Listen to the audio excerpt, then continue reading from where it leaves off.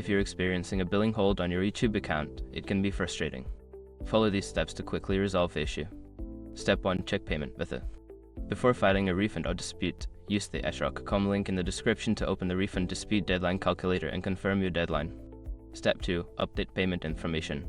If your payment method is expired or invalid, update it with the correct details.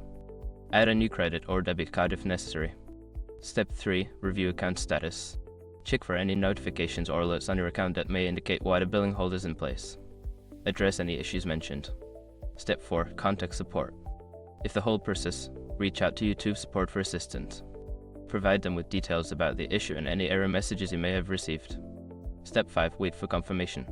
After making changes or contacting support, wait for confirmation that the billing hold has been lifted. Check your account periodically to ensure everything is resolved. By following these steps, you should be able to remove any billing holds on your YouTube account efficiently.